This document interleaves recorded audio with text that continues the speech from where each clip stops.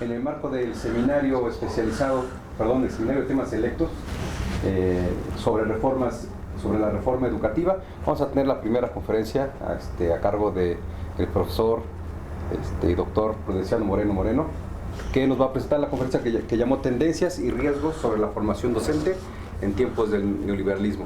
Bueno, pues sean bienvenidos y pues adelante, Prudenciano. Gracias. En tu casa. Gracias, Miguel. Bueno, vamos a ver esta conferencia en el contexto de el pasado de la formación docente como antecedente de la UPN, el presente, que va a ser el neoliberalismo y la reforma educativa, y el futuro, lo que sigue, ¿no? Esa es la metodología que utilicé. Entonces vamos a entrar primeramente con el pasado, luego el presente y el futuro.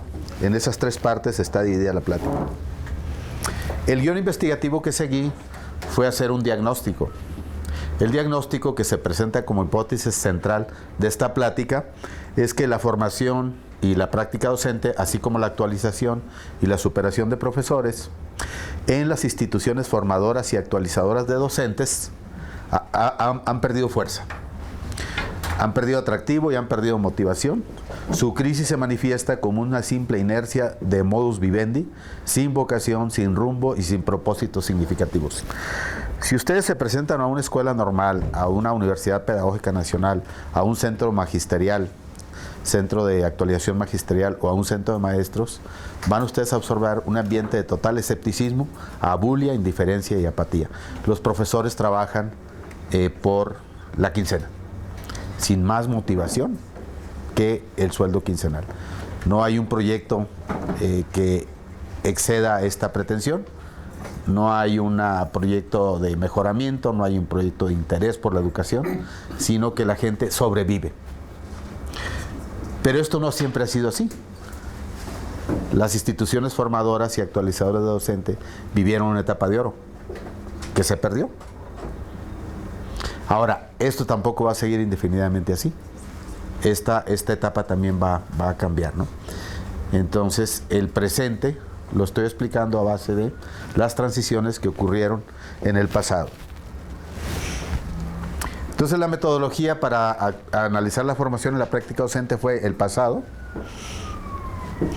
Desde la aparición de las primeras escuelas normales en 1732 hasta el 2015, el presente de la reforma educativa y el neoliberalismo que se inicia con la globalización en 1989 hasta el 2018 concluirá en nuestro país, y el futuro del 2018 al 2050.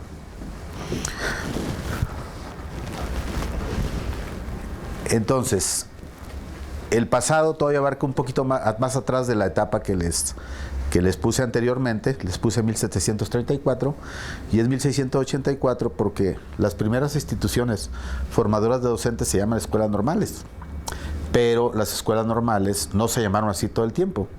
El primer nombre de escuela normal aparece en 1770 por un pedagogo austriaco llamado Joseph Mesmer, que era un director de una escuela primaria, pero una escuela primaria que después también se convirtió en centro de maestros. Entonces, la primera denominación de la escuela normal se llama seminarios de maestros. Los seminarios de maestros, el primero surge en Francia en 1684, y estos seminarios de maestros surgen después también en Alemania. Entonces, entre Francia y Alemania se coordinan la fundación de las primeras instituciones formadoras de docentes, con el nombre de Seminario de Maestros, 1684, y se cambia a nombre de Escuela Normal en 1770.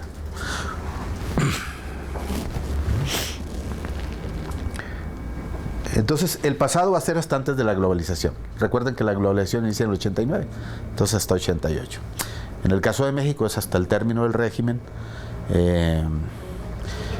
de Miguel de la Madrid. Sí. Termina en 1988. ¿Sí? 88, Miguel de la Madrid, ¿no? Y empieza Salinas. Ajá. Ok, entonces, el pasado más remoto se localiza en el feudalismo, que es una etapa histórica que va del año 476 a 1492. Todos aquellos niveles educativos, primaria, secundaria, media superior y superior, que requerían maestros, recurrían a la Universidad de Bolonia, primera universidad fundada en 1088, en pleno feudalismo, a la Universidad de París, fundada en 1180, y a la Universidad de Salamanca, fundada también en el 1180. Entonces sacaban maestros de allí, o si no sacaban maestros de los institutos de formación de clérigos, cuyos seminarios surtían de maestros a la enseñanza primaria, secundaria y superior. Pero era una oferta informal.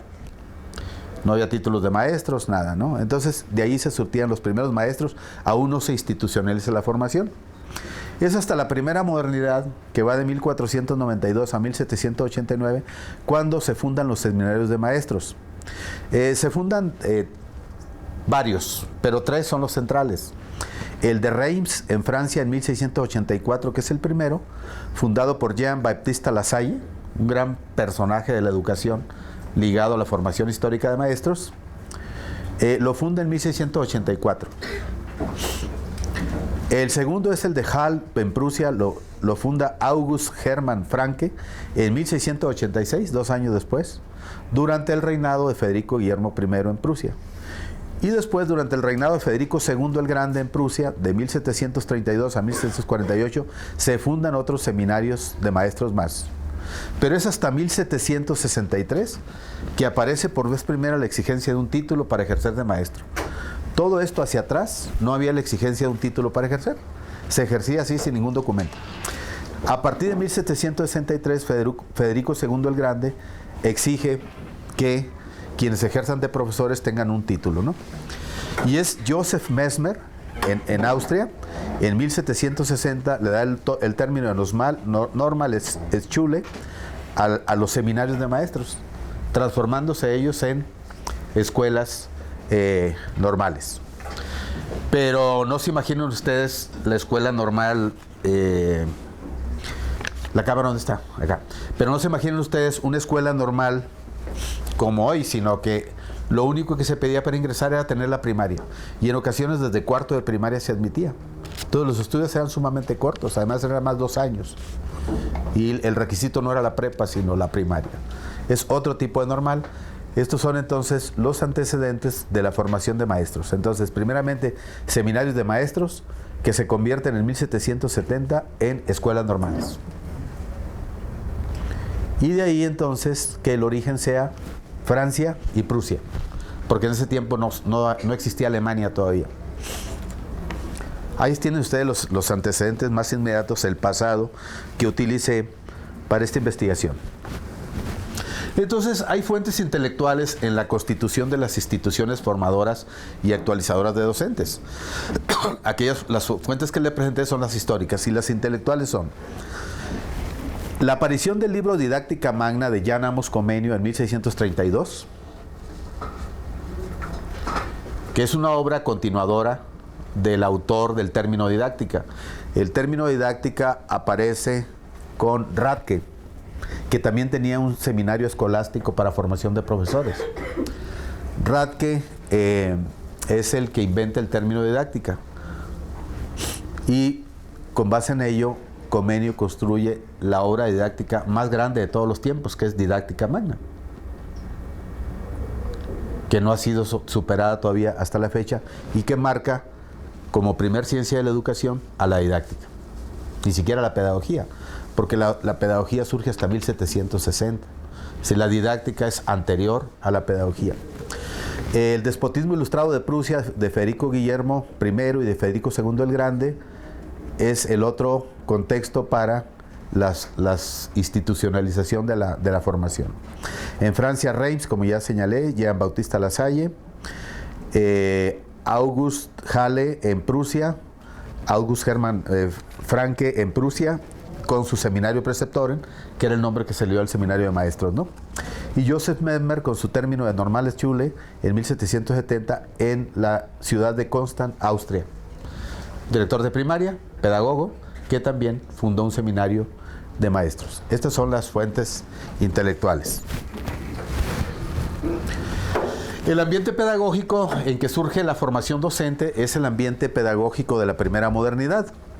Entonces tenemos primeramente la aparición de Wolfgang Ratke, 1613, creador del término didáctica. El término didáctica se crea de dos conceptos griegos.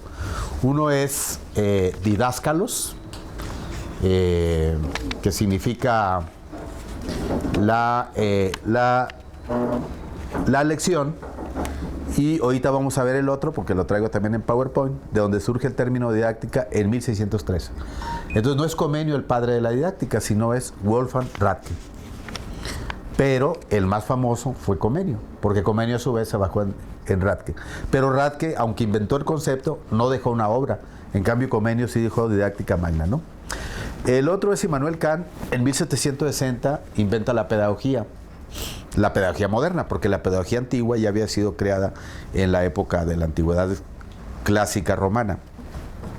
Pero la que nos interesa es la moderna. La pedagogía moderna surge como un derivado de la filosofía.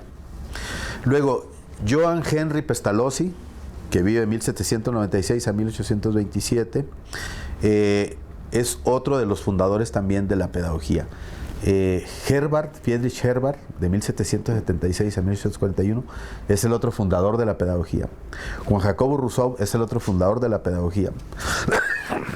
Que a su vez, la pedagogía surge siguiendo el debate filosófico inaugurado por el empirismo inglés de Francis Bacon y de Thomas Hobbes, el racionalismo francés de René Descartes y las filosofías del Renacimiento de Michel de Montaigne, que vivió de 1535 a 1592. Entonces, el hito histórico nos lleva a que la formación docente se institucionaliza durante la primera modernidad, producto de este ambiente pedagógico que existía y que nos marca el nacimiento de la formación docente. Nace ya como una época de oro, pero una época de oro que después va a declinar. En la segunda modernidad, que va de 1789 a 1945, se funda en 1794 una normal en París, pero que únicamente dura 4 meses.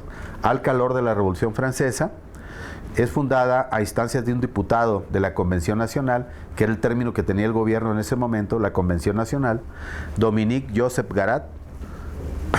Nada más dura 4 meses, pero sirve como antecedente histórico para lo que sería después el normalismo en Francia. Esta normal surge siguiendo los preceptos de las normales de Prusia. En 1808 surge la Escuela Normal Superior. La Escuela Normal Superior sí es un invento francés, mientras que la normal básica es un invento austriaco, Joseph Mesmer. Pero la normal superior sí le corresponde a Francia. Esta surte de maestros para los liceos y para las instituciones de educación superior. Comienza a haber a partir de 1808 un aumento progresivo de normales. Un fenómeno que comenzó exclusivamente en Francia, en Alemania y en Austria, comienza a extenderse a toda Europa y después se extiende también a los demás continentes. En Estados Unidos surge la primera escuela normal en Massachusetts en 1837. En Japón surge la primera escuela normal en 1872, aunque van a ser suprimidas en 1945 al término de la Segunda Guerra Mundial por instrucciones de Estados Unidos.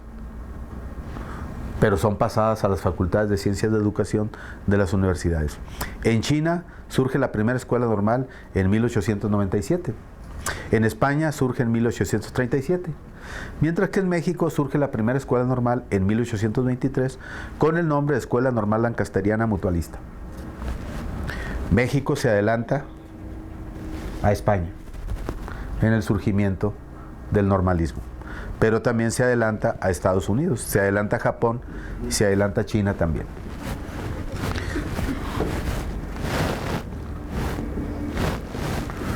Entonces en México podemos hablar nosotros de 5 generaciones de formación docente. La primera generación va de 1823 a 1867. Por la inestabilidad política, 50 presidentes en ese lapso, los proyectos normalistas son proyectos fallidos. Son normales que surgen, caen, se desintegran, vuelve a surgir otra, dura un tiempecito, se desintegra. Son proyectos normalistas fallidos, pero ahí están, como parte de la historia, ¿no? La segunda generación, que va de 1867 a 1886, surgen la formación de maestros de los institutos científicos y literarios de los estados de la República. En el caso de Sinaloa, surge del Instituto Rosales, que es el equivalente a un instituto científico y literario, como los que tuvo el Estado de México, Chiapas, Oaxaca, Hidalgo, Guerrero, etcétera, ¿no? La tercera generación de formación docente va de 1886 durante el Porfiriato hasta 1920. Ahí es la institucionalización ya del normalismo, ¿no? Como los proyectos más válidos, más brillantes, la Escuela Normal Veracruzana de Enrique Lautscher y la de Enrique Rebsamen. Y la Escuela Normal de la Ciudad de México, ya institucionalizada en 1887, cuyo antecedente fue la de 1823, la mutualista lancasteriana, pero que había fracasado. Aquí ya sí se institucionaliza y ya se convierte en una institución estable, ¿no? La cuarta generación va de 1920 a 1978 con la fundación de las escuelas normales rurales. La primera escuela normal rural se funda en 1922 en Michoacán. Y la formación de los institutos federales de capacitación del magisterio y de las normales suburbanas. Esa es la cuarta generación, que aporta, dijéramos, todas estas generaciones aportan la llamada época de oro. A partir de la quinta generación ya comienza a fallar esta época de oro. En 1978 surge la UPN y también la Universidad Pedagógica del Estado de Sinaloa, que surge en el año 2014.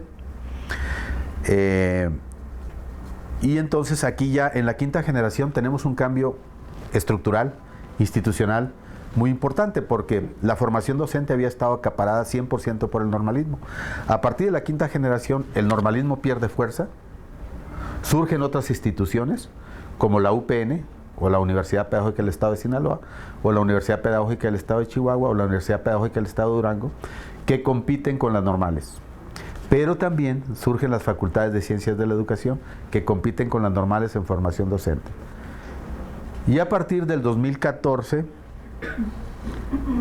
y sobre todo el 2015, la ley establece que podrán concursar para plazas docentes cualquier egresado de psicología, de pedagogía, de ciencia política, pero incluso para el área de ciencias naturales, cualquier egresado de química, de física, de matemáticas, de cualquier institución educativa, sea de la UPN, sea de una normal, o sea de cualquier facultad de una institución de educación superior. Es decir, la institucionalización de la formación docente se ha totalmente mezclado ya. Ya no hay el predominio ni el monopolio del normalismo. Este se ha roto y ahorita ingresa cualquier profesionista a la formación docente, tenga preparación pedagógica o no la tenga.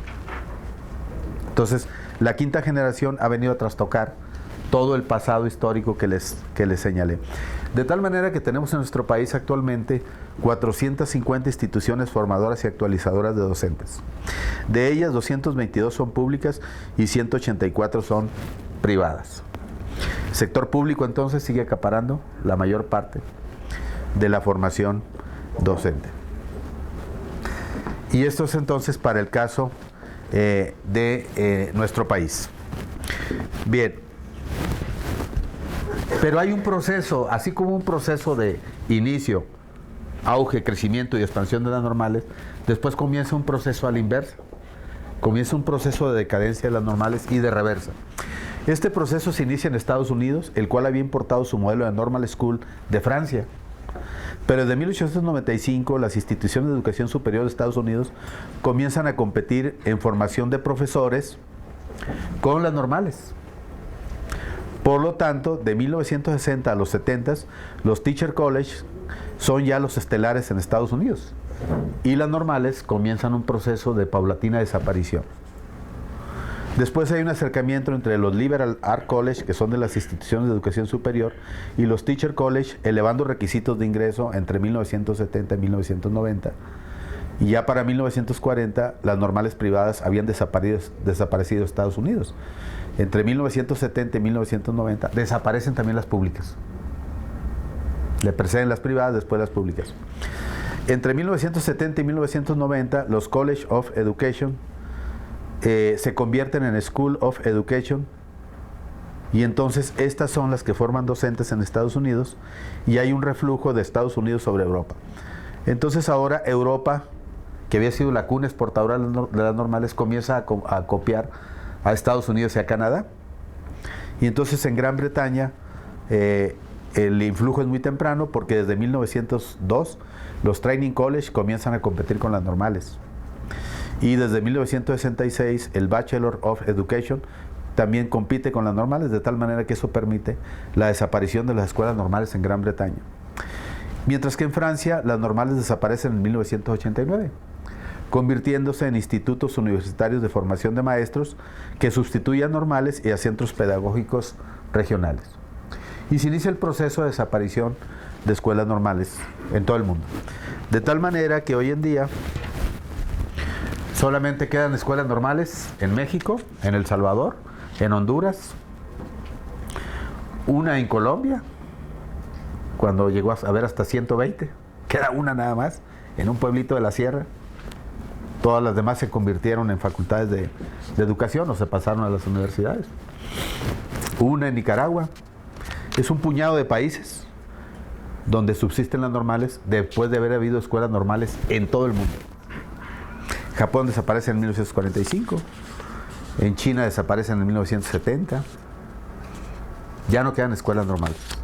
Y aquí en México están siendo paulatinamente sustituidas en sus funciones de surtir de maestros por universidades, por la Universidad Pedagógica, por las pedagógicas regionales, por los centros de maestros y también por cualquier carrera de educación superior. Entonces, no se puede decir que el normalismo tenga tampoco auge en México, por más que sea el país que conserve el mayor número de normales de los 5 países que quedan todavía. Derivado de esto, y como conclusión de la etapa del pasado, tenemos los siguientes modelos de formación. Entonces, la formación específica en las antiguas normales, en los institutos pedagógicos que sustituyeron a las normales en la Unión Soviética, y los institutos de formación docente que sustituyeron a las normales en Argentina. Ese es un modelo de formación específica. Formación abierta, que es el modelo angloamericano de instituciones de educación superior, de que las facultades de ciencias de la educación forman maestros que interactúan con otras facultades de manera interdisciplinaria para formar un maestro. Es el modelo abierto. Y el modelo basado en la escuela, que es la formación dentro del mercado laboral. Un chico que sale de la secundaria o de la prepa, lo manda el CONAFE a dar clases a una primaria o a una secundaria en la sierra. No sabe nada de didáctica, nada de maestro, pero tiene que aprender porque se enfrenta a un grupo. Entonces tiene que leer por su cuenta o trabajar como maestro como Dios le dio a entender. Ese es el modelo basado en la escuela, en el trabajo. No tienen formación, pero la misma necesidad de enfrentarse a un grupo los obliga a prepararse sin tener formación. Y la continua, ¿no?, que es actualización, recapacitación, exámenes estandarizados, congresos, foros, cursos cortos, posgrados, diplomados, círculos de calidad, tecnologías de la información y la comunicación, cursos en línea, etcétera. Es el modelo de formación continua, que es el modelo del neoliberalismo, de la globalización, y es el que está implementando la actual política educativa, centrándose mucho en esto. Tiene mucho de basura este modelo, ¿no? Los cursos en línea no funcionan, las computadoras se descomponen, la imagen no se pasa, uno está hablando y de repente se va la señal y llega la hora, y ya cuando llega la señal el grupo ya se desconectó, el profesor también.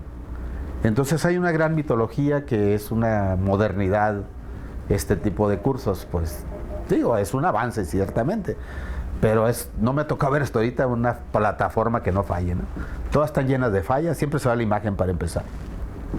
y en ocasiones se va toda la semana. Digo, se fuera unos minutos está bien, pero definitivamente hay mucho de fraude en este tipo de modernización tecnológica, ¿no?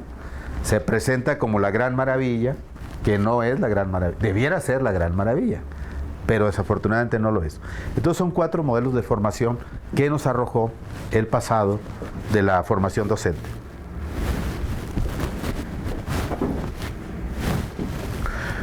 Vamos al presente. El presente se inicia con la globalización. La globalización se inicia en 1989, es un año simbólico por la caída del muro de Berlín y también por la desaparición de la contraposición entre bloque socialista y bloque capitalista, la formación de un solo sistema capitalista a nivel mundial, etcétera, que dan origen a la globalización. La globalización se entiende como el proceso continuo de entrelazamiento de capitales, tecnologías, culturas y políticas. Y es un término que aparece por vez primera en 1962 en un diccionario británico, en un diario británico que se llama The Economist, para referirse a este proceso de creciente salto de fronteras de las economías de los países del mundo. Pero en México se usa por vez primera durante el Plan de Desarrollo de Miguel de la Madrid, o sea, en 1983, a veces por vez primera el término globalización. Pero su aplicación práctica es hasta 1989. Globalización ahorita es un concepto que anda en la tele, en la radio, en la prensa. Es un concepto ya popular, común. Bien, entonces en el presente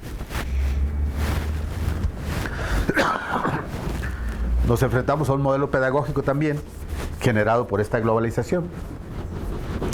Este modelo pedagógico ha traído esta crisis actualmente, de la cual les hablaba, donde ya la gente no se identifica con ni se motiva por la pedagogía ni tampoco por su actividad, sino es una mera actividad de sobrevivencia. El modelo pedagógico de la globalización, que curricularmente aparece como el modelo de educación basado en competencias, está generando 4 graves crisis al interior de la docencia, de la enseñanza y de los procesos educativos de las instituciones formadoras y actualizadoras de docentes.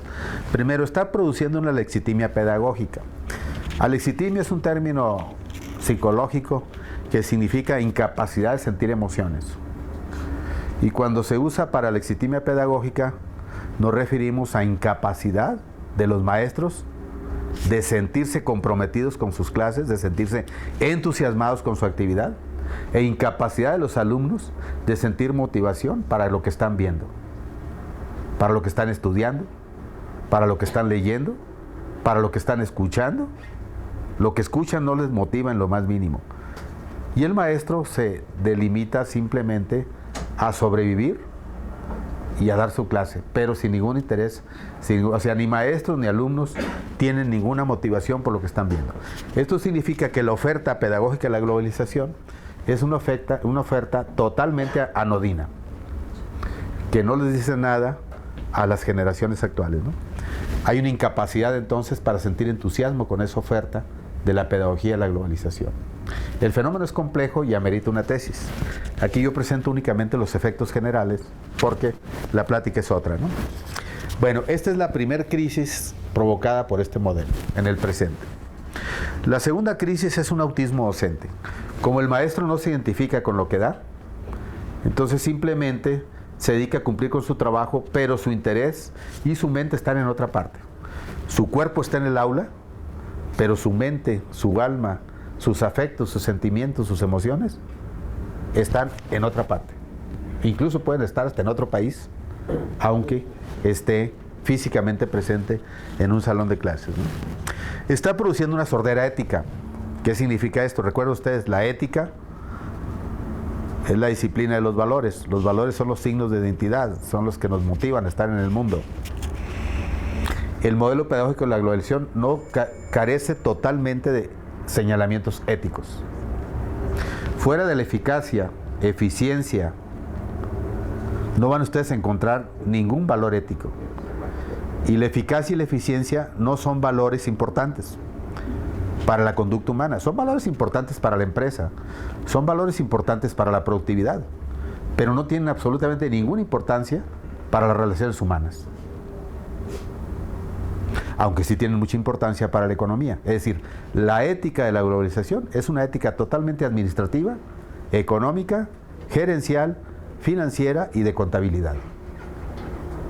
Pero no tiene nada que decir al ser humano, ni una sola palabra. Es una sordera ética absoluta y total. No van a encontrar ustedes en los planes y programas de estudio ninguna materia, ningún señalamiento ético. Simplemente es como si esta área no existiera. Y nadie dice nada. Nadie se queja. Por la misma situación de la legitimia. Como no hay interés, no hay entusiasmo, es una especie de como sálvese quien pueda, no importa nada, ¿no? Es una lo que Nietzsche llamaba de un escepticismo total, ¿no? Una incredulidad absoluta ante la vida. Y la cuarta crisis que está provocando este modelo viene siendo la estandarización curricular cognitiva. Ustedes van a la escuela primaria, ven competencias. Van a la secundaria, ven competencias. Van a preescolar, ven competencias. Van a la prepa, ven competencias. Van a la universidad, ven competencias. Todo el sistema se ha estandarizado. No sabe otra cosa. Y el mundo, y la vida, y la realidad, y la ciencia, y la tecnología, y el arte, y la cultura, y las ideologías, ¿dónde quedan? Es como si no existieran. Lo único que la pedagogía de la globalización está ofreciendo son competencias nada más. Fuera de las competencias, ustedes no van a escuchar ningún otro aporte, ninguna otra respuesta. Y no es que las competencias no deban estar, las competencias también deben estar. El error está en hacer de todo las competencias.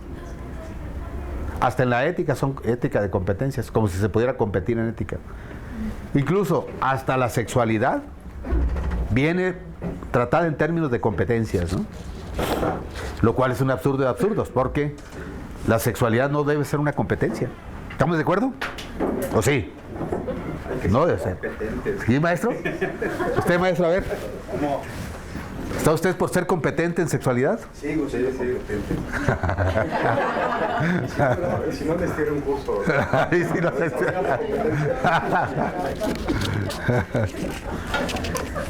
Entonces, compañeros, resumiendo, son 4 grandes crisis los que el modelo pedagógico de la globalización está produciendo, que justamente la están llevando a esta situación de desencanto del presente, ¿no?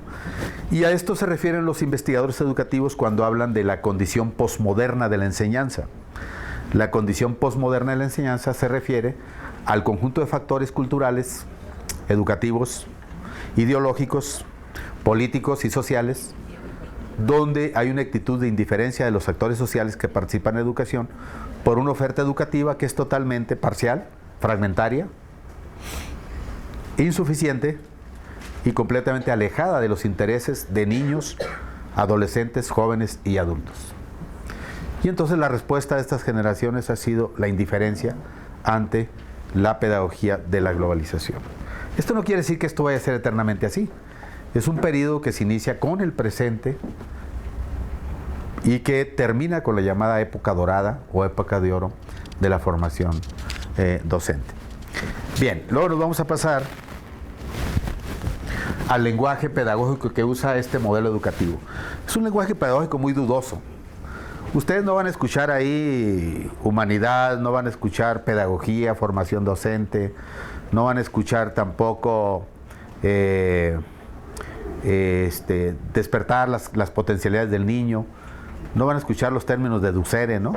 Que significa el proceso auxiliar al alumno a encontrar su propio camino. Ustedes lo que van a escuchar en este lenguaje pedagógico es datos, información, indicadores económicos, financiamiento, estándares de desempeño, arreglos institucionales, marco legal normativo, alineación de estándares, evaluación estándar, medición profesional, medición complementaria, estándares de enseñanza, mediciones apropiadas, modelo de educación basado en competencias, eficacia, eficiencia, competitividad, productividad, evaluación universal, demanda cognitiva, equiparación vertical, valor agregado escolar, como si fuera una empresa la escuela, transferencia de responsabilidades, rendición de cuentas, supervisión de pruebas. ¿Dónde está la pedagogía en este lenguaje? Está eliminada totalmente. Se ha querido dar gato por liebre. No es que este lenguaje no exista, pero este lenguaje es propicio para la administración, para la contabilidad, para una maestría en finanzas, para un diplomado en gestión empresarial, para un diplomado en productividad, para una especialidad en gerencia institucional, pero no es para nada un lenguaje pedagógico. La gente no protesta, como si no se dieran cuenta, porque han dado la espalda no únicamente a la pedagogía, han dado la espalda a la educación en general. Es producto de esta misma situación de abulia que vive el presente educativo, por lo cual no hay ningún interés en que se dé lo que quiera, porque si bien este lenguaje no suscita entusiasmo, sino se suscita más apatía todavía, pero como esa es la condición normal actual, entonces no se puede protestar ante algo que de todas maneras para la gente no tiene ninguna importancia.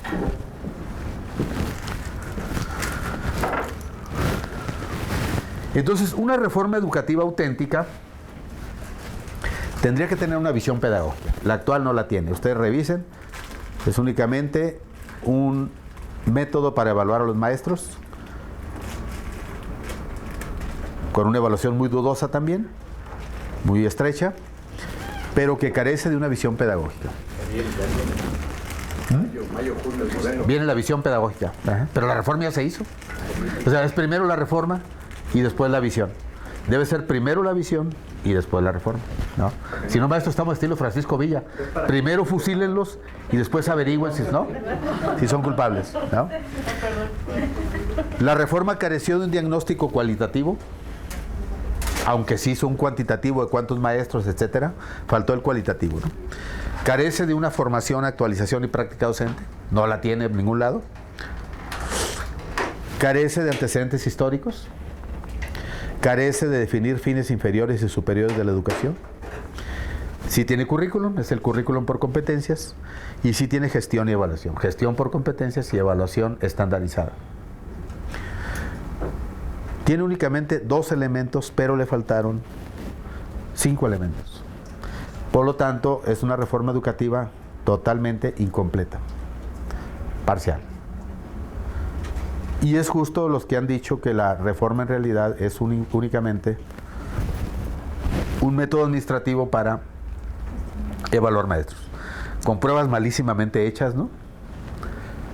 Por ejemplo, en uno de los exámenes de habilidades matemáticas para secundaria dice: despeje usted la siguiente ecuación: n igual a P sobre A, donde P son los pasos que un alumno de secundaria da para llegar de su casa a la secundaria, y A es la amplitud de sus pasos. Despeje usted N. Uno dice, bueno, ¿y esas tonterías a quién se le ocurre que son importantes, no? ¿A quién le importa cuántos pasos da un alumno de su casa a la secundaria? Y la amplitud de sus pasos, ¿a quién le puede importar?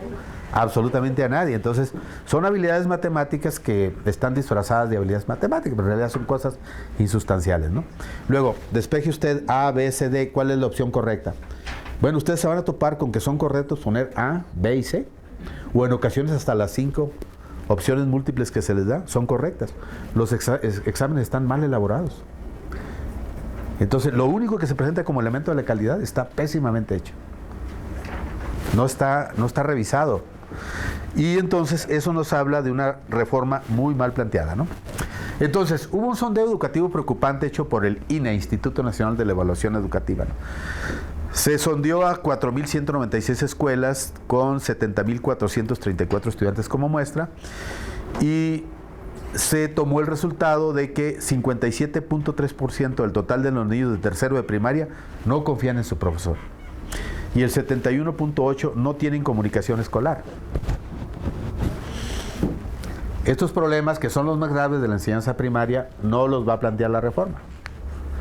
La reforma anda extraviada, generando exámenes estandarizados, intrascendentes, superficiales, huecos y vacíos, y no atiende las problemáticas de las escuelas, porque no tiene una visión pedagógica sobre cuáles son los problemas que ocurren en la educación. Para la reforma, todo el problema educativo es cómo correr maestros. ¿Cómo es posible que una reforma tenga una visión tan pequeña, ¿no? Y los problemas de la educación, ¿quién los va a atender? Si una reforma no sirve para atender los problemas educativos, no es una reforma auténtica. Entonces, nos encontramos, compañeros, con dos tipos de educación. Una de un modelo hiperinstrumental, que es la reforma educativa, que nos habla de instrumentos y medios para vivir. Es una educación para las habilidades. Pero la que nos hace falta a nosotros es una que tenga un modelo humanístico que nos dé las razones para vivir, los fines, una educación para las sensibilidades y un saber el por qué y para qué existir. Esta es la reforma auténtica que está pendiente y aquella es la que está en boga. Los desequilibrios pedagógicos no son atendidos por la reforma porque no se fija en los problemas educativos. El déficit de atención es el problema número 1 en todas las escuelas. La apatía es el problema número 1 en todas las escuelas. Las obsesiones compulsivas es el problema número 3. Las conductas destructivas y autodestructivas el problema número 4.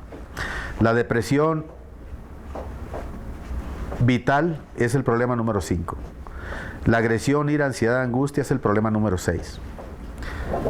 La reforma no los identifica porque no tiene un diagnóstico de cuáles son los problemas de la escuela. Entonces, evidentemente, la reforma está totalmente mal enfocada. Entonces, podemos decir que la política educativa de la globalización degeneró en la formación de un modelo educativo estandarizado hiperinstrumental, con las siglas MEEH, que no ha traído beneficios, sino que ha agravado la condición posmoderna de la enseñanza. La globalización de la hipermodernidad fue planeada no por México, ni por el gobierno mexicano, sino fue planeada por la OCDE, Organización de Países para la Cooperación y el Desarrollo Económico, y el Banco Mundial, que fueron los que lanzaron el modelo educativo basado en competencias. Esto ocurrió durante 1983-2013, que es justamente el lapso de la reforma y también de la globalización. Y entonces los impactos inmediatos en nuestro país fueron la firma del Acuerdo Nacional para la Modernización de la Educación Básica del 18 de mayo de 1992, la firma del Compromiso Social para elevar la calidad educativa durante Vicente Fox en el 2002 y la firma de la reforma a la secundaria en el 2006.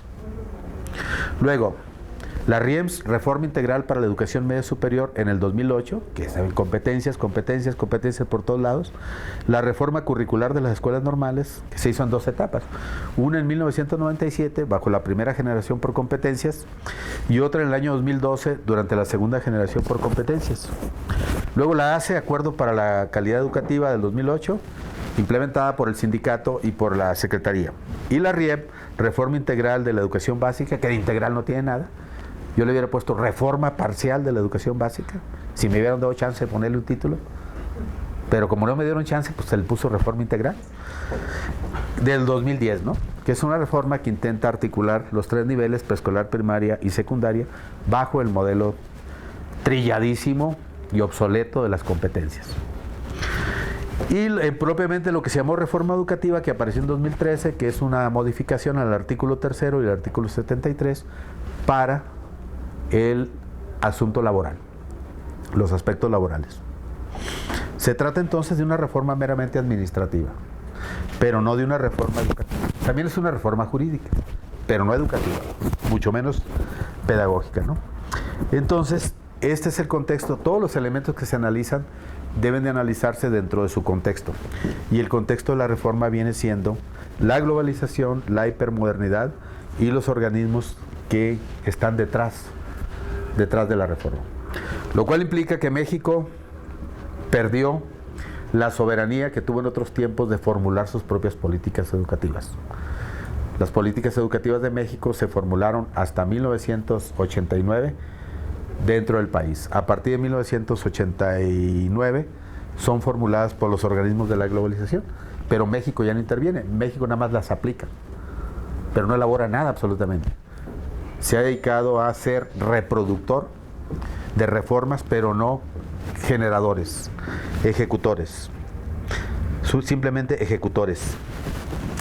Entonces, la reforma vino a consolidar el modelo educativo estandarizado con un modelo científico materialista que atiende únicamente las partes materiales de la realidad, pero deja de fuera las partes inmateriales.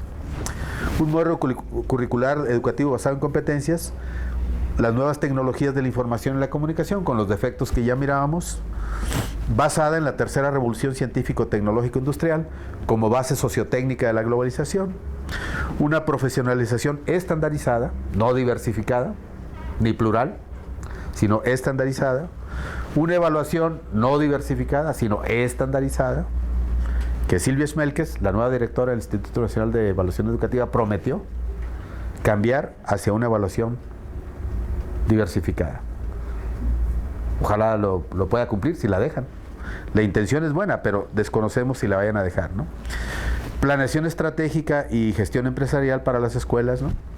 Modelo hiperinstrumental, que es el modelo educativo que consolidó la reforma.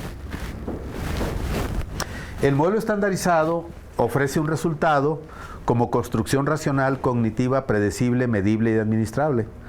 Es una instrumentación técnico-funcional calculable en su rol ejecutor y programador. Una fotocopia de su oficio, desapareciendo como sujeto el profesor. Entonces, el tipo de visión pedagógica que ellos ofrecen es que te conviertas tú en una mera fotocopia de tu oficio, o sea, que seas un reproductor, pero no un generador, no un creador. Las potencialidades sutiles, la ética, la psíquica, la estética y la espiritual son para la madurez personal. Es diferente de adquirir competencias. Las competencias son para adquirir habilidades, son necesarias, pero no solo de pan vive el hombre. Aparte de tener un trabajo, el hombre necesita otras cosas. Necesita desarrollar también su potencial psíquico, su potencial ético, su potencial estético y su potencial espiritual. Por lo tanto, para ello sería necesaria una transformación del ser y un aprender a vivir que la reforma carece de ello, ¿no? El modelo educativo estandarizado, hipermoderno, no proporciona entusiasmo, que es el principal elemento de la calidad educativa. La reforma pensaba que el principal elemento de la calidad eran los exámenes estandarizados. ¿No? Es un error. Esos exámenes no sirven absolutamente para nada. El principal elemento de la calidad es el entusiasmo que los actores sociales pongan en su educación. Por lo tanto, hay huecos centrales del hipermodernismo. El principal es una ignorancia de una visión educativa sobre el desarrollo humano. La reforma no contiene una visión sobre el desarrollo humano. No contiene tampoco una visión sobre la naturaleza o la condición humana, ni tampoco una visión sobre qué es la realidad. En cambio, cuando ustedes analizan a Edgar Morin, van a ver que el principal énfasis de Morin, la teoría de la complejidad, está puesto sobre el elemento de la condición humana y sobre el elemento de qué es la realidad. Pero ahí estamos hablando de pensamiento educativo de avanzada. No estamos hablando de pensamiento educativo de retroceso, sino de avance.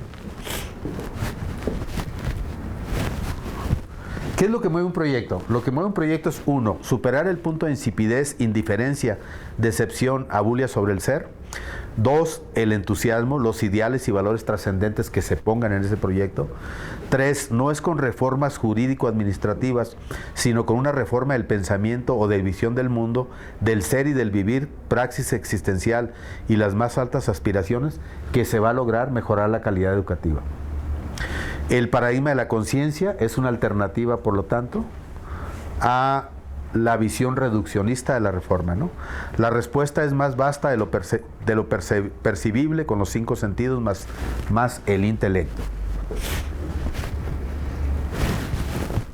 Entonces terminamos ya con esta plática con el futuro.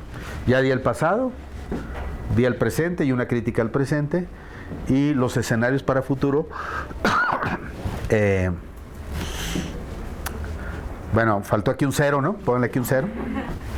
218 es 2018. Hasta el 2050 serían lo siguiente y con esto terminamos.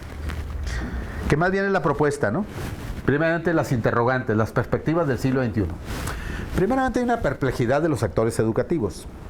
Hay una perplejidad de alumnos, una perplejidad de docentes, de administradores, de directivos, de gestores, de medios masivos de comunicación y de público en general sobre lo que está pasando en educación. Porque esta perplejidad no es otra cosa más que lo que se ha llamado la condición posmoderna, ¿no? Hay un asombro por lo que está sucediendo, esta falta de interés y por esta apatía con respecto al asunto educativo. Y por lo que pasó en la época de oro, y ya tampoco se trata de recuperar la época de oro, porque la historia no marcha hacia atrás, sino que se tiene que pensar hacia adelante, ¿no? Entonces, las interrogantes sobre esta perplejidad pueden ser respondidas por la investigación educativa de frontera, pero no pueden ser respondidas ya por las competencias, por el constructivismo, por el conductismo, que es en lo que está basado la reforma curricular, por el cognitivismo. No tienen respuestas. Estas visiones están agotadas, ¿no? Hay que dirigirnos ahora hacia la investigación educativa de frontera, ¿no? Los modelos de la globalización que son parte del presente están agotados también. Hay conciencia de la enorme importancia que hay sobre la formación docente, pero no se sabe cómo mejorarla. Todo el mundo dice que es muy importante la formación de maestros. Pues sí, claro que es muy importante, pero ¿cómo la mejoramos? Ahí se pierden, porque la reforma no da elementos para atender este problema, que es el más importante de toda la reforma. Entonces hay una reflexión prospectiva a futuro, ¿no? Si hay que determinar el tipo de formación docente para los próximos años, tenemos que determinar también el propósito de la escuela. No podemos desligar la formación docente de la institución en la que se crea. Entonces van juntos estos dos procesos. Los propósitos de las instituciones formadoras y actualizadoras de docentes tienen que discutirse ahora. ¿Por dónde deben ir? ¿Queremos un docente o queremos un educador? Sí se entiende la diferencia entre un docente y un educador, ¿no? ¿Cuál es más amplio? Educador. Docente es el que enseña, pero educador incluye la enseñanza, incluye la investigación, incluye la difusión, incluye el trato humano, las relaciones, etcétera. O sea, la educación es más amplio que docencia, porque la docencia queda incluida en la educación, pero no a la inversa. Entonces se discute qué formar, un docente o un educador, los dos, ¿no? ¿Queremos formar un docente para la ilustración o para la cultura, o para las dos cosas? ¿Queremos un docente para producción de conocimientos? ¿Estamos de acuerdo con el abandono de las utopías y los ideales de la conciencia social de la época de oro de la formación docente? ¿O deben de regresar? ¿O deben de transformarse?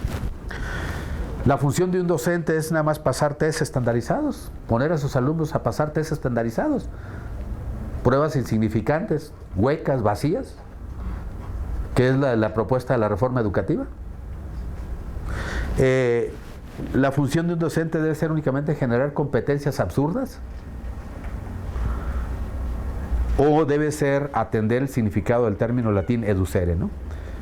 El proceso que sigue el maestro para auxiliar al alumno en la generación, búsqueda y desarrollo de su propio camino. Son interrogantes que nos dan nuevas perspectivas. La perspectiva de la evolución de la conciencia, de una conciencia individual evolucionar a una conciencia comunitaria, de una conciencia comunitaria evolucionar a una conciencia social, de una conciencia social evolucionar a una conciencia mundial, y de una conciencia mundial evolucionar hacia una conciencia espiritual. O sea, el egocentrismo primeramente, el sociocentrismo, el mundicentrismo y el holocentrismo. Planteados aquí, pero que se corresponden con las formas de evolución de la conciencia. Evolucionar hacia las inteligencias múltiples de Howard Gardner, evolucionar hacia la complejidad de Edgar Morin, evolucionar a la investigación y epistemología de Boaventura de Sousa Santos, evolucionar hacia los valores trascendentes de Ken Wilber y de los teóricos de los valores trascendentales. Estas nuevas perspectivas abren un mundo para discutir con la reforma educativa. El aprender a ser, el propósito humano no se limita a existir, como en el caso de la reforma, sino a transformarse. Toma de conciencia de las limitaciones, concentrarse luego en alcanzar la trascendencia con el potencial del ser humano. Son todos los pendientes que nos esperan para el futuro, y entonces la propuesta sería evolucionar de un modelo estandarizado hacia un modelo educativo multidimensional y diversificado, ¿no? Que contenga elementos del nuevo paradigma cognitivo, que contenga un diseño curricular pluripedagógico y no unipedagógico de competencias, que contenga libros de texto regionales en vez del texto nacional único, que contenga una formación histórica, cultural, mundial, nacional y local, que contenga una refundación de los principios que dieron origen a la fundación docente para adaptarla al contexto del futuro, que contenga una gestión escolar participativa e interdisciplinaria que aproveche las redes escolares y que contenga una diversidad institucional formativa, ¿no? Formación en diferentes universidades, en normales, en la UPN, la formación en otras universidades extranjeras, como el caso de la maestría que se fueron a Colombia, sería un ejemplo, ¿no? Un diseño curricular pluripedagógico que aparte de las competencias no se descartan, pero no se reduce a una educación basada en competencias, que contenga también teoría de la complejidad, tradición histórica pedagógica, es decir, desde Wolfgang Radke, de ambos Comenius, hasta la actualidad, la escuela del sujeto a la Inturain, la acción comunicativa de Jürgen Habermas, el aprendizaje polímata de Robert Ruth Bernstein, la discusión de los posmodernos hermenéuticos como Michel Foucault, el más importante, pero también están Derrida, Deleuze, etc. La escuela activa de María Montessori y John Dewey, de Celestine Freinet, la pedagogía crítica de Peter McLaren, Henry Giroux, Michael Apple, las inteligencias múltiples de Howard Gardner, ¿no? Un diseño curricular pluripedagógico podría reactivar los intereses hoy perdidos de estas generaciones. Porque si la gente no se motiva es porque lo que estamos ofreciendo tampoco es motivante. Entonces estamos buscando respuestas y caminos para dar una oferta pedagógica de un corte cualitativamente diferente para una formación docente cualitativamente diferente. Y entonces los ejes formativos que tendría el currículum sería un eje instrumental cognitivo, la educación basada en competencias, no se elimina, pero no se reduce nada más a eso. Un eje histórico-social mundial, nacional y local. Un eje de epimeleia, entendida la epimeleia como autoconocimiento físico, mental, psíquico y espiritual. Un eje sutil que contenga ética, estética y problemáticas complejas, ¿no? Violaciones, cuadros patológicos complejos, pederastía de curas, etcétera, ¿no? Todos los problemas complejos que la escuela no está en condiciones de tratar porque no se comprenden con la reforma educativa. Y un eje histórico pedagógico. Entonces, con esta propuesta de futuro, pensamos que son los retos que se están enfrentando, que se van a enfrentar para los próximos años, ¿no? ¿Alguna opinión, comentario, pregunta, situación? Acá comenzamos. Yo tengo una pregunta más. La verdad me llamó mucho la atención el término que usted utilizó sobre alexitimia pedagógica. Alexitimia Pedagógica. esta, no sé qué es, ¿cómo se puede llamar? Fenómeno, acción de los profesores hacia los alumnos. Y sí, bueno, ese sería... Se podría considerar como una situación que está ocurriendo ahorita, Ajá. como una característica integrante del sistema educativo actual. El que usó este término es un psicólogo, se llama Daniel Goleman, el que escribió la inteligencia emocional. Ah, ok. Él fue el que lo usó. Para referirse a esta condición posmoderna de falta de motivación, de interés y entusiasmo por lo que se estudia, por los contenidos curriculares. Porque eso lo vemos mucho actualmente en los jóvenes, ¿no? Sí. Y bueno, creo que los niños también, pero creo Pero que menos. más, sí, exactamente, más Menos. en los jóvenes, Sí. es lo que yo observo. En prepas y en licenciatura. De ahí el abandono, la deserción, ¿no?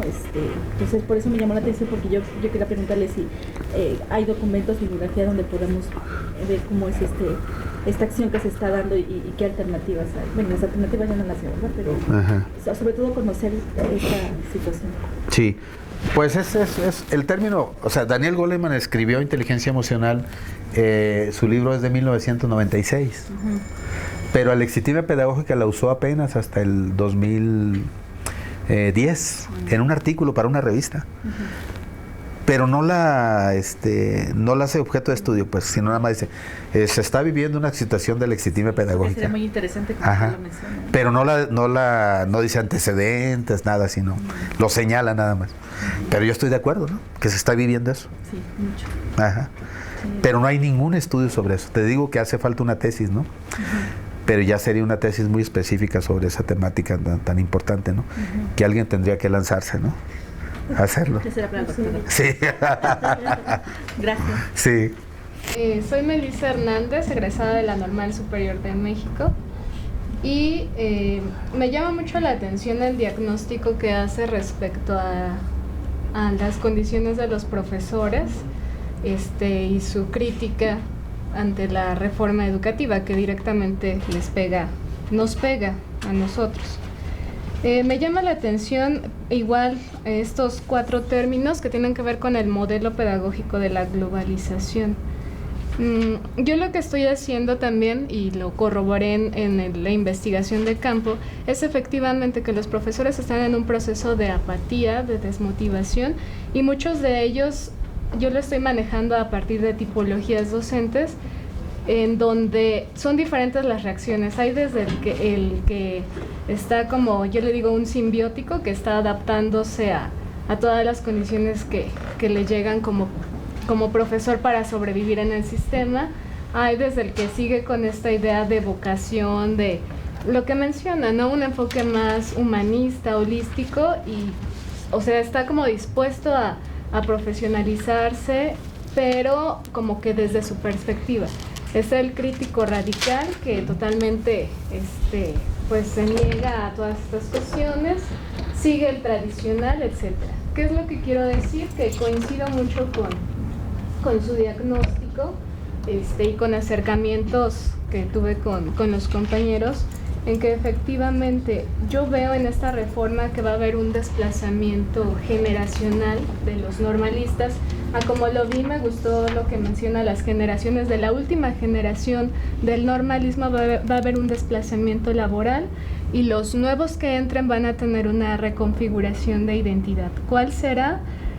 Pues yo lo veo más a una condición ¿no? Siguiendo con este modelo de globalización, van a ver a la docencia como un empleo. Otra vez vamos a regresar pienso que al modelo semiprofesional, solamente técnico, ejecutor de programas, de políticas y demás.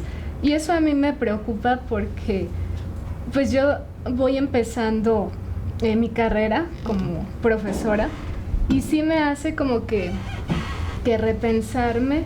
Y no sé, usted qué augura como para un futuro más inmediato, porque la propuesta es interesante, pero al mediano tiempo, ¿qué podemos hacer desde las aulas para, si no revertir esta problemática que creo que es parte de la crisis social que vivimos, sí empezar a cimentar un cambio, más bien una transformación? Claro. Que ahora hay que convivir con los demás egresados, ¿no? Que no tienen nada que ver con las normales. Entonces, si bien México optó por mantener las normales, no desaparecerlas, también optó por ponerlas a competir con los otros egresados. Y eso va a reconfigurar todo. En un descuido hasta es para bien, ¿no? Digo, la otra gente no tiene preparación didáctica, pero sí tienen cosas que decir, ¿no? Y en algunas ocasiones se ha visto que maestros que egresan de universidades que no traen preparación pedagógica son hasta mejores que los que supuestamente venimos de las normales, ¿no? Y que traemos preparación pedagógica. Se ha dado también ese caso, ¿no? Entonces la reconfiguración es un fenómeno clave, ¿no? Es importante.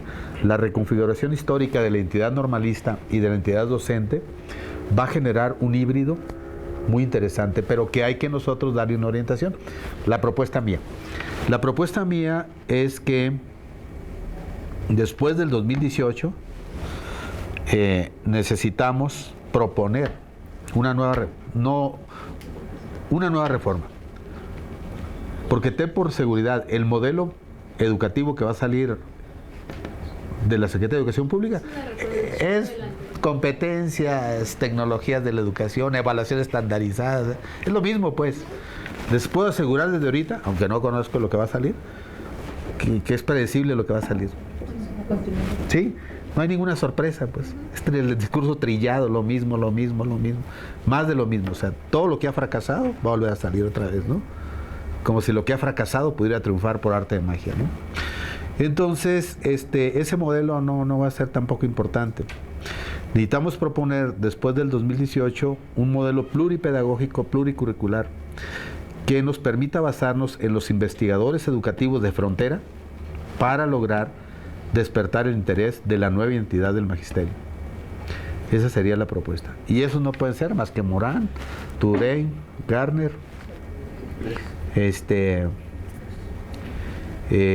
Sousa Santos, Ruth Bernstein. O sea, hay mucha gente ahí que no se ha usado, porque las políticas de la globalización siguen insistiendo en la OCDE, en el Banco Mundial, como emisores pedagógicos.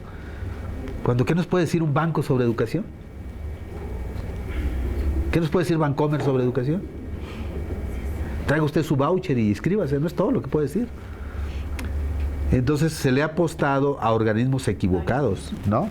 Se le va a apostar a la UNESCO. Aunque estuve revisando el documento que acaba de sacar la UNESCO acaba de sacar un documento, El futuro de la educación. Pero la verdad es que no está mal, pero no le llega al que sacó Edgar Faure en 1972, Aprendiendo a educar. No le llega al de 1996 de Jacques Delors, La educación encierra un tesoro.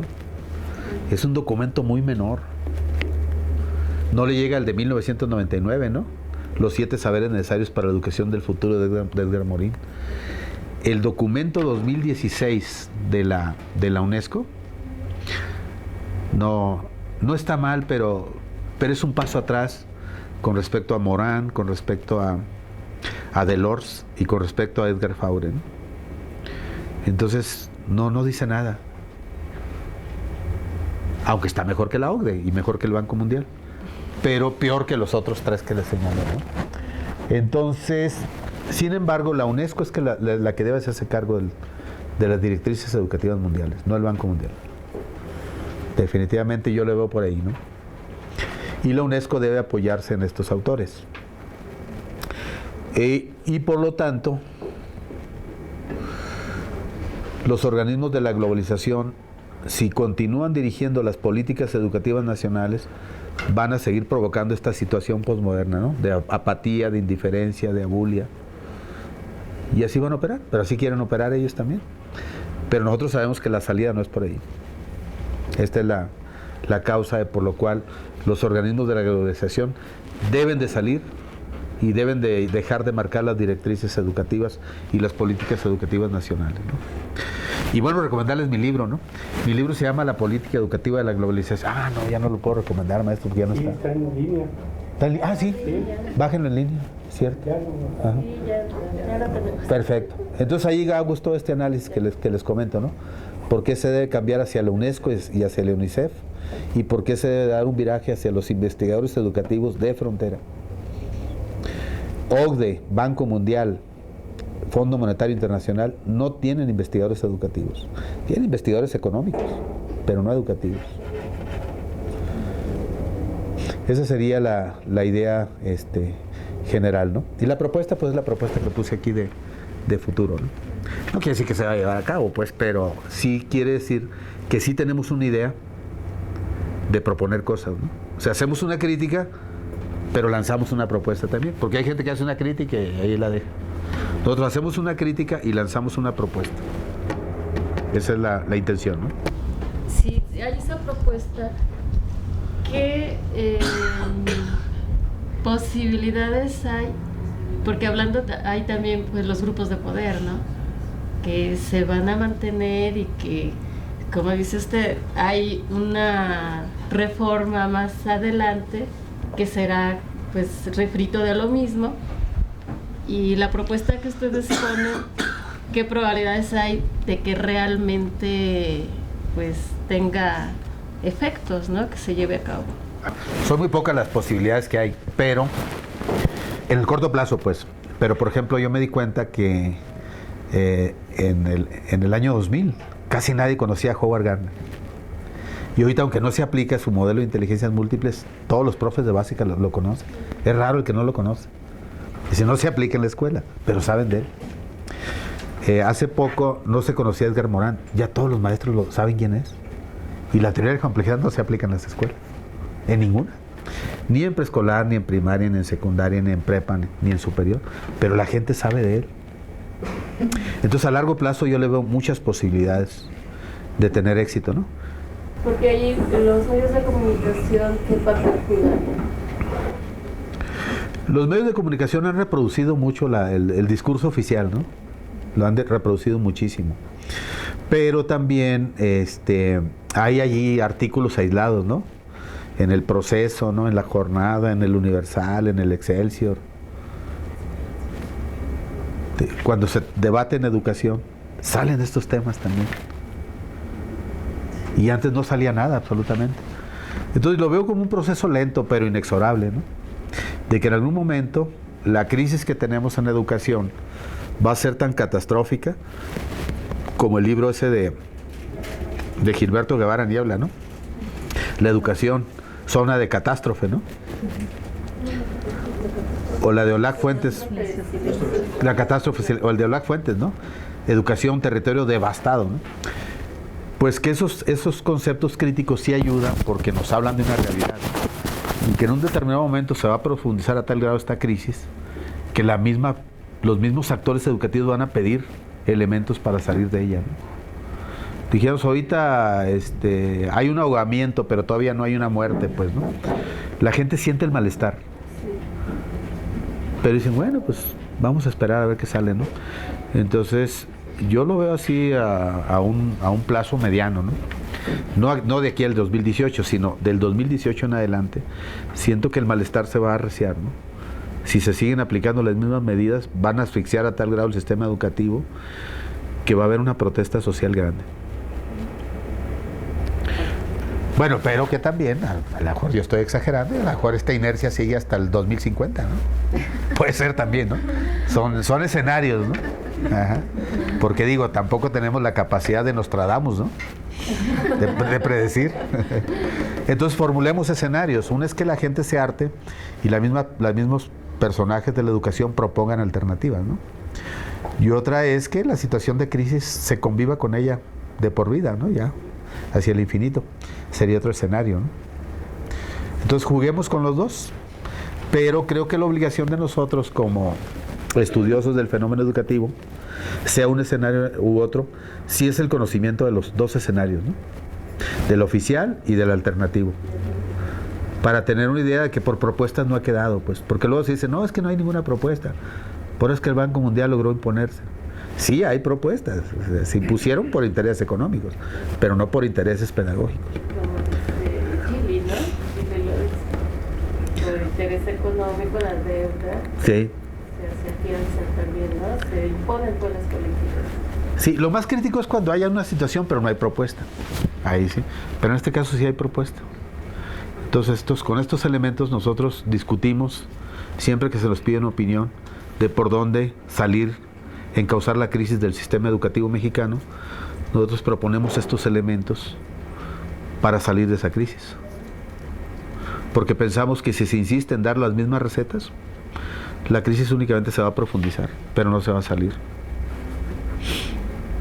Eso sería. Yo creo que habría que considerar, además de estos dos escenarios, que son radicalmente opuestos, o es quedarse igual o un cambio. Definitivamente creo que sí, para que haya un cambio realmente profundo, habría que hacer una revolución. No, a nadie, bueno, a mí no me incomoda la idea. El punto es que pues eso está muy complicado, ¿no? O sea, ha habido ya manifestaciones de inconformidad en aspecto político, social, y se enciende un poco, se vuelve a apagar.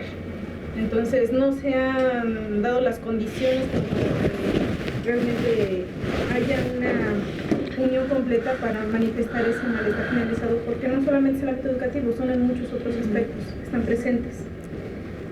Bueno, pues como las cosas ya están así, yo creo que habría que considerar un tercer escenario, y que no sé si llamarlo intermedio, pero que también esté presente. Y es que es lo que quienes de pronto nos acercamos a las escuelas a ver, a observar, estamos viendo que hay otras cosas, y es que muchas veces los profesores no es que se adapten, sino que terminan ajustándose para hacer también, integrar propuestas dentro de la misma, cumpliendo con lo que les requiere la escuela, pero haciendo otras cosas, tratando de meter contenidos que quizá no se ajusten precisamente al plan y programa, pero que pueden meterlo. Y creo que también lo interesante sería irlo rescatando y no dar por sentado que en todas las escuelas pasa lo mismo. que todos son unos huevones o que de plano están en el otro extremo. Se está grabando, ¿eh? Sino que precisamente rescatar todos estos casos, estos espacios donde sí se está haciendo algo y no copiarlo, pero sí retomarlo y difundirlo porque pues, no todas las escuelas está tan negativa la situación. Sí, hay elementos, ¿no? Incluso dentro de este elemento escéptico te vas a encontrar maestros muy creativos. Obviamente no es la mayoría, pues, pero sí te encuentras personas muy, muy creativas, ¿no? Lo que aquí señalamos nosotros es un relato general, ¿no? De la condición posmoderna de la educación, pero no es un relato particular, porque hay casos particulares de mucha creatividad. Ajá. Entonces, la propuesta es incrementar esos casos, hacerlos cada vez más extensos, ¿no? Porque si ustedes analizan, en toda institución educativa, gentes como Gil Anton, investigadores educativos, dicen, en toda institución educativa hay un 25% de profesores muy buenos, ¿no? Un 25% de profesores muy malos, ¿no? Que jamás debieron de haber metido de profesores, ¿no? Y un 50% de maestros regulares, que no son ni muy buenos, pero tampoco son muy malos. Entonces sí hay buenos maestros también, pero no es la mayoría.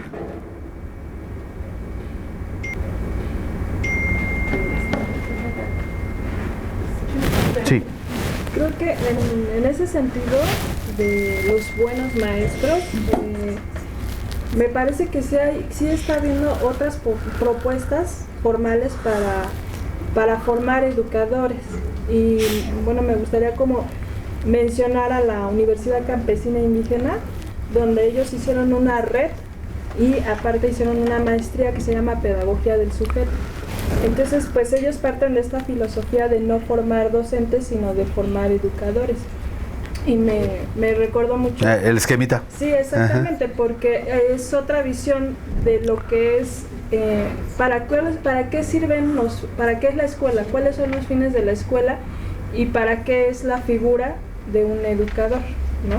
Entonces, creo que sí existen como otras alternativas que no se están institucionalizando, pero que sí se están formalizando, ¿no? Y eso es como muy interesante porque está habiendo como otras propuestas aquí en México que se están desarrollando, ¿no? Y que tarde que temprano, me parece que el discurso oficial va a tener que mirar otras alternativas, ¿no? Porque la crisis pues se va a agudizar. Entonces es cuando esta parte de la sociedad va a estar proponiendo otras expectativas, otros horizontes, ¿no? Sí, es lo que yo veo también, de que la misma crisis va a presionar para que el sistema educativo oficial tome en cuenta propuestas alternativas, pero ya que estén ahogándose, ya que se están asfixiando. Sí, así lo veo yo también como lo ves tú. Ella primero, después tú. Bueno, a mí me llama mucho la atención... No, días todavía. Días. Sí. Que habla sobre la crisis. Sí. Creo que más que un modelo pedagógico de la globalización, yo también le llamaría, o lo entiendo, a un nivel institucional. En el caso particular mío, yo estoy trabajando con los maestros, pero a través de una vía de la voz, digamos, en el entendimiento acerca de la reforma. Y mi tema central pues es la violencia que se ejerce hacia ellos a través de la política educativa, ¿no? Y un elemento es justamente pues esta reforma.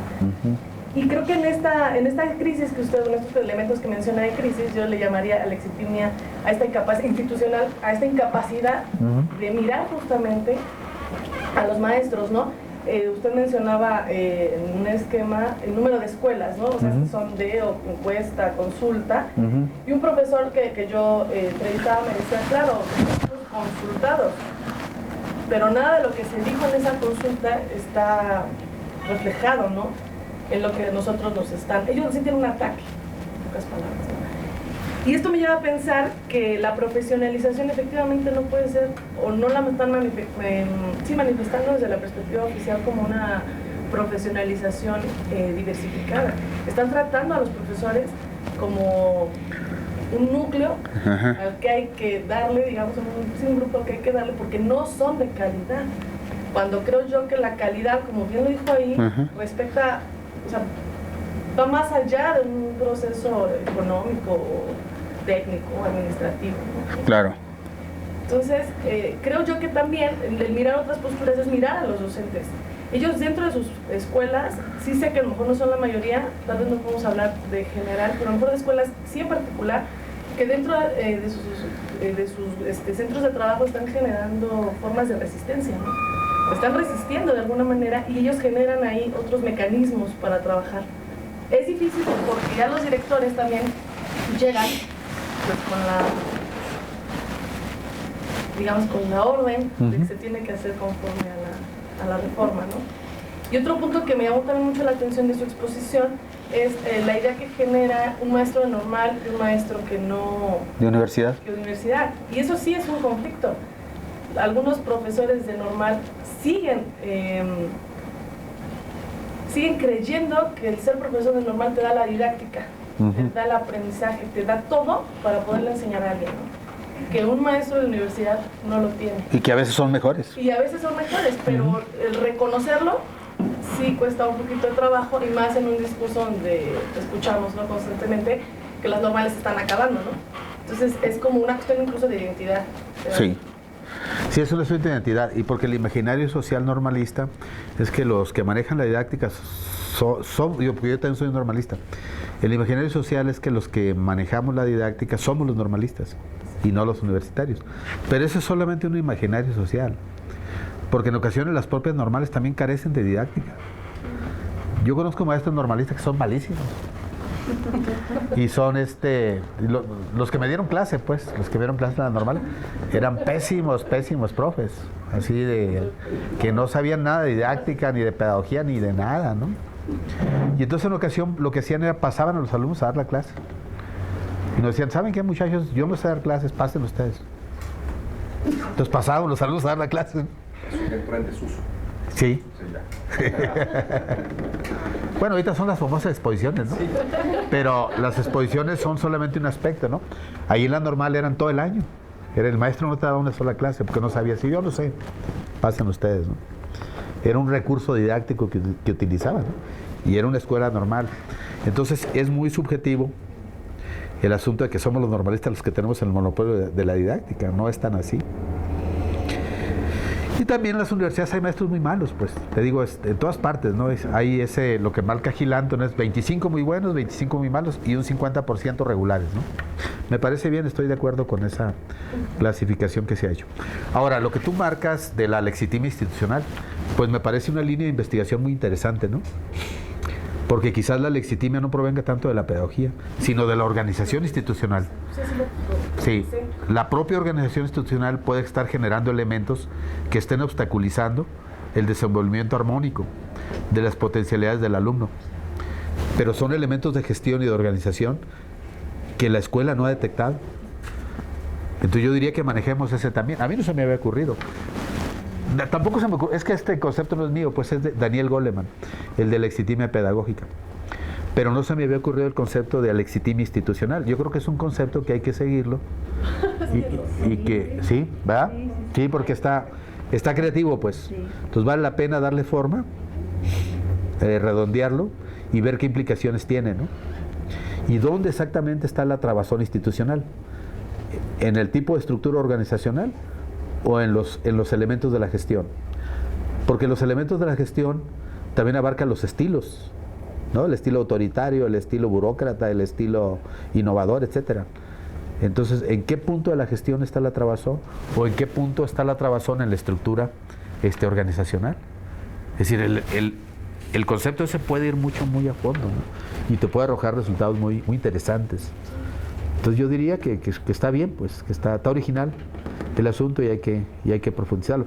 Porque el mío no es original, no es mío, pues es de Goleman. Yo nada más lo tomé prestado. No, yo también, pero bueno, lo pensé así que decía de los alumnos, pero no, yo creo que también hacia los docentes, ¿no? Cuando mencionaba la cuestión de que solo van por un salario, sí. ¿Por qué van por un salario? Así es. O sea, no es la falta de motivación con el alumno en la práctica. Sí. Creo que sería bueno una mirada más. Sí. También seguir ahí a Fernando Sabater, ¿no? El que escribió El valor de educar. Él señala que hay una estructura dañada de la personalidad del maestro, ¿no? Que el maestro trae una historia destrozada. Porque ven ustedes, ¿quiénes somos los profes? ¿No? Los profes somos gentes que venimos, en primer lugar, los profes originales del medio rural, ¿no? Después del medio urbano, pero no del medio urbano de acá, de Coyoacán o de San Ángel, ¿no? Sí, sino del medio urbano también, un medio urbano lastimado, o de un medio rural lastimado o de un medio urbano lastimado. O sea, los maestros de Sabater traemos muchas lastimaduras, pues. Somos seres humanos despedazados, ¿no? Que hay como medio podemos, salimos para dar la clase, pero que podemos traer una estructura dañada, ¿no? Que la escuela no toma en cuenta eso porque para la escuela, para la reforma educativa, lo humano no existe, recuerden ustedes eso. Para la reforma educativa existen artículos, artículo 3º, artículo 73, existen lineamientos de evaluación, existe la prueba estandarizada, existen los documentos, existen las nuevas tecnologías, existen las computadoras, existen los sistemas online, pero el ser humano no existe. Para la reforma educativa un ser humano no existe. Existen las estructuras, existen los procesos, los mecanismos, los procedimientos, pero no hay un ser humano de carne y hueso que trae una historia, que trae emociones, que trae valores, que trae afectos, que trae sentimientos, que trae sombras, que trae heridas, que trae lastimaduras. Para la reforma educativa no existe. Existen estándares de desempeño, pero no existen estándares de lastimaduras. Entonces hay que tomar en cuenta eso. La reforma educativa presenta una visión totalmente parcial de lo que es la realidad del magisterio. ¿Cómo se le ocurre pensar a la reforma educativa que los maestros no son humanos? ¿De dónde sacan eso? Si es lo primero que deben de pensar. Entonces, en lo primero que se debe pensar, no se piensa. Se piensa en lo secundario, en lo accesorio, pues. Obviamente también hay que pensar en lo documental, ¿no? En lo jurídico. Pero eso no es lo principal para el ejercicio de la práctica docente. Por tanto, el libro El valor de educar de Fernando Sabater también se puede utilizar como un lineamiento a futuro por dónde iría la salida de la crisis. Lo que pasa es que los autores que yo señalé son ejemplos, pues, pero no son los únicos. Hay una bibliografía enorme que anda circulando por el mundo sobre la crisis educativa, y no tan solo desde el libro de Newcomb, ¿no? De Teodoro Newcomb, La crisis de la educación, que es un libro que data de 1968. Ese fue únicamente el primero. Ahorita está llena la bibliografía mundial de esta crisis educativa. Los autores son múltiples y variados, ¿no? De los cuales yo traje una muestra, pero que no agota para nada toda la gente que está haciendo propuestas ahorita muy interesantes sobre por dónde podríamos salir de la crisis educativa. Pero que sin embargo las instituciones educativas aún no se dan cuenta de esta enorme cantidad de bibliografía mundial que anda circulando. No toman conciencia. ¿Por qué? Porque están tan aferrados a lo que les manda la Secretaría de Educación Pública. El modelo por competencia, y piensan que todo lo que hay. El magisterio no tiene cultura. Carece de cultura. Carece de lecturas. La biblioteca del maestro ya no existe. Existió en los años 60 y 70. Los maestros de hoy no leen. La lectura se convirtió en un lujo, pero no en un elemento formativo. Es por eso también que no se dan cuenta de este asunto, ¿no? Pero de que hay información hay muchísimo. Porque recuerden ustedes, estamos en la sociedad de la información, pero la gente no está informada. Estamos en la sociedad del conocimiento, pero la gente carece de conocimientos. Es una sociedad de la información donde la gente no pela la información, y una sociedad del conocimiento donde el magisterio carece de conocimientos. Porque se confunde con que el conocimiento te lo da el Internet. Ese es un error. El Internet te da una parte, ¿no? Pero no te da todo el conocimiento, ni toda la información. Y te da una información manipulada además. Porque incluso cuando ustedes consultan, por ejemplo, a Pestalozzi en Internet, te da datos falsos que cuando lo consultan en un libro.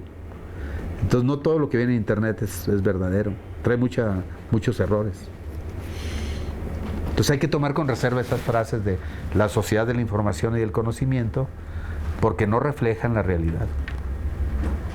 Sí, lo que pasa es que me ha parecido muy interesante, sobre todo la exposición, porque es una visión de larga duración, dijeran los de la Escuela de los Anales, de tal manera que permite una reflexión del presente justamente por esta visión de conjunto y desde el punto de vista histórico.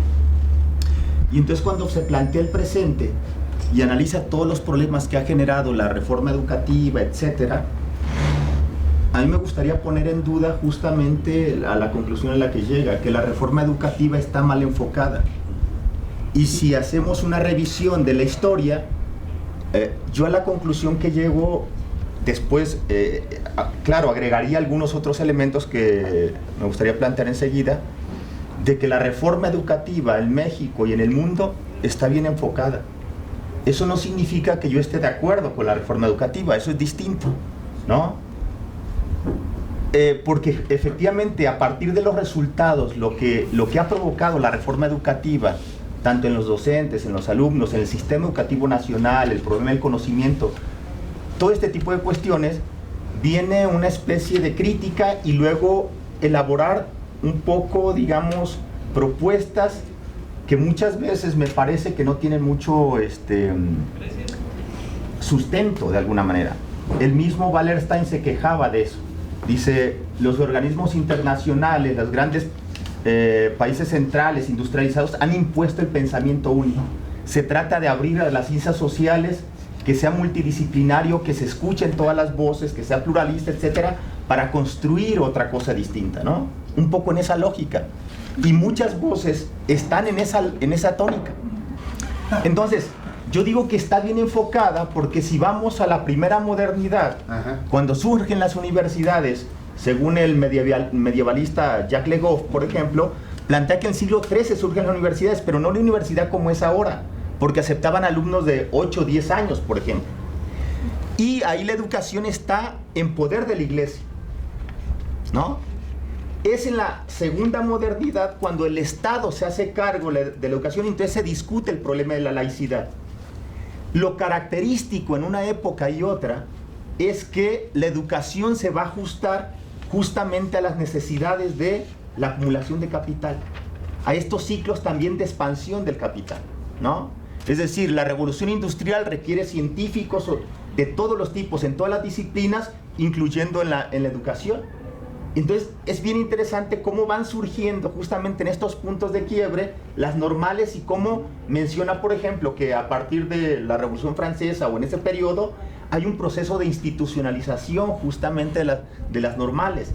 Entonces, haciendo, es decir, no solamente planteando la descripción y los puntos que están ahí, sino darle características a cada uno de los puntos de quiebre, digamos, en la historia, podemos ver cuáles son las necesidades que tiene este proceso de expansión del capitalismo para introducir las reformas que requiere en la época.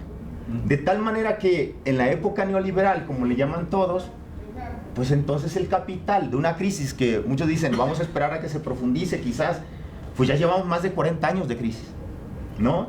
Y ha estallado en todas partes y cada vez es más brutal, que ha generado niveles de pobreza y de una serie de problemas de todo tipo, ¿no?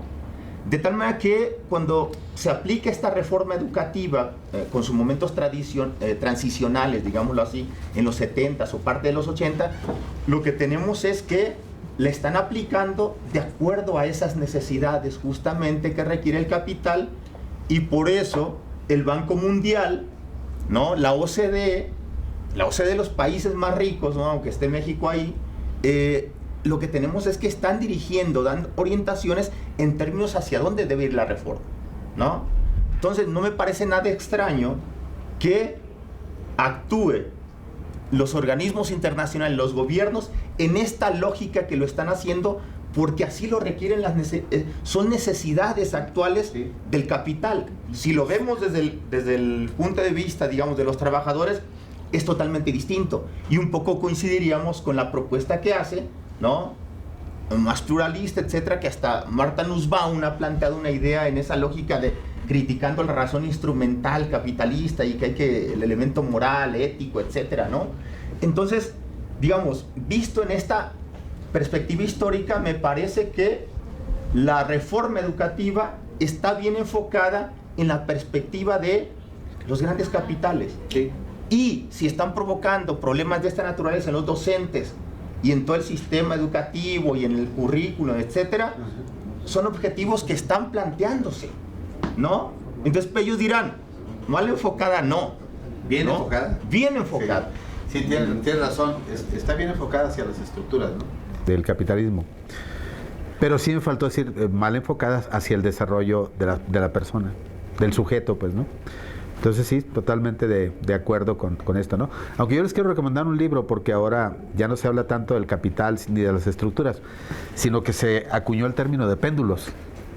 Me pareció muy interesante este término, que es lo que antes se llamaba las necesidades del capital o las necesidades de las estructuras, porque este término lo acuñó un pedagogo soviético, pero no Lev Vygotsky, que es de 1936, sino se llama sacó un libro de 3 tomos que se llama Transurfing, 2 puntos y seguido, cómo deslizarse a través de la realidad. Y el autor se llama Vadim, con B chica, Vadim Selan, con Z como Nueva Zelanda. Vadim Selan, Transurfing. La editorial es Editorial Obelisco. Es tomo 1, tomo 2 y tomo 3. Y él habla de que la reforma va enfocada hacia las necesidades de los péndulos, pero lo que tú llamas las necesidades del capital. ¿David? Sí. Sí, Vadim con B chica. Vadim, al último es M, no N, sino M. Vadim Selan como Nueva Zelanda. Zeland. Ajá. Y Transurfing. Y entonces habla de las necesidades de los péndulos, que antes se llamaban las necesidades del capital, después las necesidades de las estructuras y ahora necesidades de los péndulos. Un tipo muy innovador que les va a encantar, ¿no? Porque plantea ideas muy creativas ahí.